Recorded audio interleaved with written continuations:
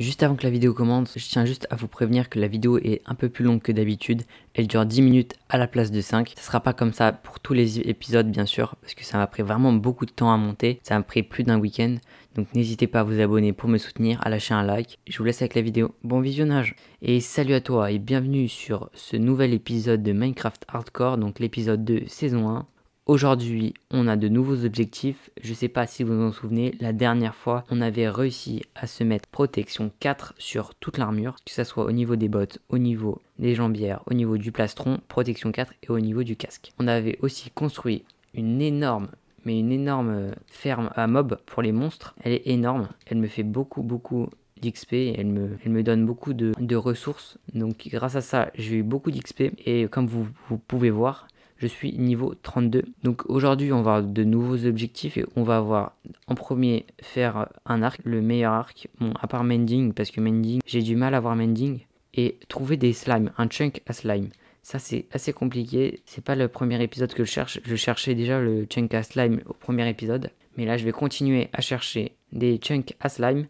Et on va peut-être aussi construire un trier automatique pour mettre des choses dans un coffre et comme ça trie automatiquement les items que je mets dans le coffre. Donc on va peut-être faire ça. Sans perdre plus de temps, on va directement commencer par l'arc. J'ai déjà plus de 30 niveaux donc je vais pouvoir enchanter un arc. Je vais prendre un petit arc ici. On va prendre l'arc.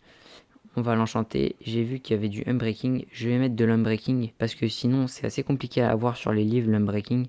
Sachant que les power et le punch je le trouve assez facilement. Donc je vais me prendre unbreaking. Et on a eu flame en plus, donc c'est assez bien. On a eu pas mal de chance. Maintenant, il va falloir déjà récupérer des niveaux. Sachant que j'ai d'autres arcs enchantés. Comme là, j'ai un power 2, punch 1. Donc déjà, si j'enchante tout ensemble, devrait me donner un truc pas mal. Power 4. Non, je l'ai enchanté power 2, le con. Purée, bon, c'est pas grave.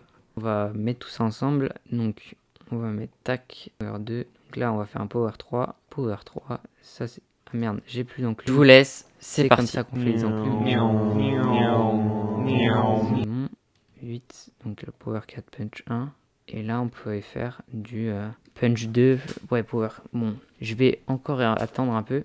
En attendant, je vais garder cet arc. Je vais prendre quelques flèches. Je vais ranger mes arcs et mes livres. Un peu des livres qui servent à rien. Je vais ranger mon fer aussi. Et je vais récupérer des niveaux pour ensuite continuer à enchanter. Donc heureusement j'ai ma ferme à mob. Du coup il faut juste que je reste AFK un peu au-dessus, sinon ça spawn moi. On se retrouve dès que j'ai récupéré les niveaux. Après avoir récupéré l'XP des mobs, j'en ai profité pour aller en cave et essayer de trouver des slimes. Donc là on se retrouve dans ma mine. J'ai déjà miné un chunk, même si j'ai en hauteur je suis pas un chunk encore. Mais je pense que ça suffit pour faire spawner les slimes. Malheureusement ça spawn pas. On va enchaîner avec le deuxième chunk juste là. Je vais les afficher. Le deuxième chunk qui va jusqu'à là-bas. J'espère qu'on va en trouver.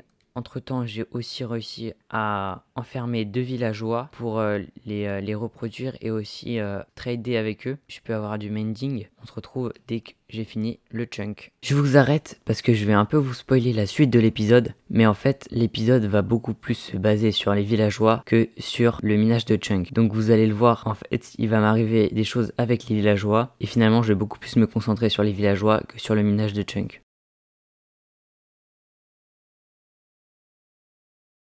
A few moments later. J'ai eu un problème avec mes villageois. Et là, catastrophe. Les 2 villageois que j'avais emprisonnés, les 2 derniers de leur village, sont morts à cause de monstres. Un est mort, l'autre s'est transformé en zombie. C'était les 2 derniers de leur village, du coup, j'avais plus de villageois sous la main. Après la perte de ces 2 villageois, je me suis dit qu'il fallait guérir le villageois qui me restait en allant chercher de quoi faire des potions dans le Nether. Malheureusement, dans le Nether, j'ai pas trouvé de forteresse et en plus de ça, j'ai failli mourir. Donc après être revenu du Nether, j'ai décidé que la seule solution était de trouver un nouveau village. Et c'est ce que j'ai fait. Ok. Après la catastrophe qui s'est passée, donc on s'est fait tuer les villageois. Après cette catastrophe, j'ai réussi à retrouver un village. Et oui les amis, on a retrouvé un village, c'est super bien. Bon, il est assez loin, du coup je vais devoir créer un truc assez long. Un chemin avec des rails et tout ça, c'est hyper compliqué. Mais pendant ce temps-là, j'ai réussi à faire un énorme champ de patates. J'ai récolté énormément de patates. J'ai fait pas mal de stacks. Du coup, ça va me permettre de gagner pas mal d'émeraudes. Je vais commencer à créer un chemin avec des rails qui puissent me permettre de relier ma base au village pour rapporter les PNJ. Mais avant de faire le chemin, je vais construire une salle en dessous de la terre pour accueillir les villageois. Comme ça, ils vont pas se refaire tuer par des monstres. Je pense que je vais la faire juste ici. De là, je vais commencer à créer une grande salle en dessous de la terre. Et donc, sans perdre plus de temps, je vais faire ça hors cam, bien sûr. Et donc, je vous laisse. On se retrouve dès que la salle a avancé. 2 hours later. Ok, on se retrouve après avoir fini la salle pour les PNJ.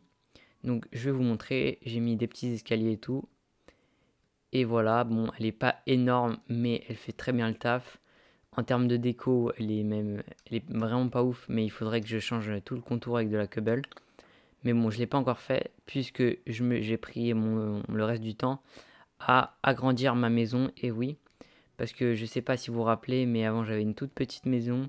Là, je l'ai bien agrandi. Mais en tout cas, bon, il y a une grande différence. Et c'est plutôt cool. C'est beaucoup plus agréable de déjà rentrer dans une maison comme ça. Et que ce soit beaucoup plus grand. En plus de ça, ça permet de faire une sécurité pour les PNJ qui vont venir ici. Comme ça, il n'y aura pas de mobs qui vont spawner et qui vont pouvoir rentrer. Et il y a le portail du Nether directement dans la maison. Donc, c'est plus pratique pour y aller et tout ça. En plus, il y a plus d'espace pour les coffres. Du coup, maintenant, on va devoir aller chercher les villageois. Ça va être assez chiant. J'ai enchanté une pelle, mais j'ai pas eu de chance. Je l'ai enchanté en Breaking 3, j'ai pas eu d'autres enchantements avec. Maintenant, le défi, c'est de construire beaucoup de rails, beaucoup de dalles et de réussir à relier ma base avec le village qui se situe vers là, à peu près. Donc ça va être complexe, ça va coûter cher. J'espère que grâce à ça, on va pouvoir enfin avoir du mending sans perdre plus de temps. C'est parti. Ok, donc la dernière fois qu'on s'est vu, je crois que c'était pour agrandir ma base. Là, j'ai fait ma petite base, j'ai fait la salle, mais il fallait bien ramener les PNJ du village que j'ai trouvé à ma base. Malheureusement, le village que vous pouvez voir en contrebas, il est abandonné, il n'y a plus aucun PNJ dedans, donc il fallait trouver un autre village. Je vous ai dit que j'avais trouvé un nouveau village, et du coup, comme il était assez loin, je pouvais pas ramener comme j'avais fait avant, en mode je mets des rails et je les enlève derrière le wagon. Il fallait que je fasse un rail beaucoup plus grand et beaucoup plus efficace que j'ai fait, et du coup, j'ai fait un rail. J'ai pas encore fini malheureusement. C'est parti. Ok, on se retrouve à la fin des rails. Et là, donc, comme vous pouvez le voir, on a changé de biome. La base est juste là-bas. Et le village est juste là, comme vous pouvez le voir. On va se rapprocher. J'ai bientôt fini de relier le village à ma base. Il manque plus que les rails de là à là. Et de finir avec les dalles. Ça va bientôt être fait. Et du coup, on va pouvoir ramener des PNJ à la base pour avoir des livres enchantés facilement. Comme du mending. On se retrouve dès que j'ai fini de relier ma base au village. Les amis, on vient de finir le chemin de fer. Je suis très excité. J'ai réussi à ramener 4 villageois dans la maison. Du coup, j'ai réussi à les transformer en libraires et à faire en sorte qu'ils me vendent du mending. Donc je vais enfin pouvoir avoir mending. Ça fait hyper longtemps que j'attends ça. Hier soir, quand j'ai réussi à avoir... oui, parce que je vous l'ai pas dit, mais là je tourne le matin. Hier soir, j'ai réussi à les ramener et à avoir mending. J'ai failli le faire tout seul en tradant en mending.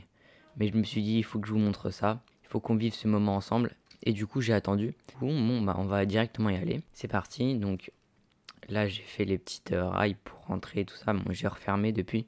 Là, ça va être la nuit. Du coup, on va dormir un peu.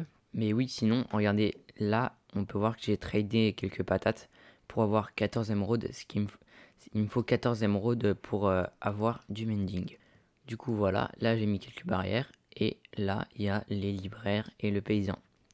Il y a un villageois qui me sert pas, mais c'est pas grave. Donc on va voir lequel c'est lui. Voilà. Donc on clique dessus.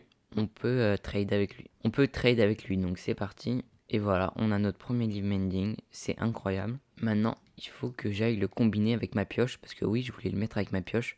Ok, donc là je fais une petite pause pour vous expliquer un peu comment ça marche. Donc moi j'avais une pioche, il manquait plus que d'avoir mending et efficiency 4 pour avoir efficiency 5. Donc moi je voulais la pioche maximale qui est efficiency 5, fortune 3, unbreaking 3, mending. Je crois que c'est ça. Donc il fallait un livre mending et efficiency 4. À la base, je pensais que si je mettais une pioche efficiency 4 et mending, ça allait combiner les deux, ça allait marcher.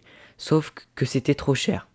Du coup, j'ai dû faire un livre mending et efficiency 4. Du coup, ça m'a pris beaucoup plus de temps que prévu. Il m'a fallu beaucoup de niveaux, mais je vous laisse avec la suite. Ok les amis, après plusieurs heures de travail, j'ai enfin les 39 niveaux et les livres nécessaires pour enchanter ma pioche avec les enchantements maximum de Minecraft. Donc bon, pour que ça soit la meilleure pioche de Minecraft, il manquera plus que la Netherite. Ma pioche sera Breaking 3, Fortune 3, Efficiency 5 et Mending.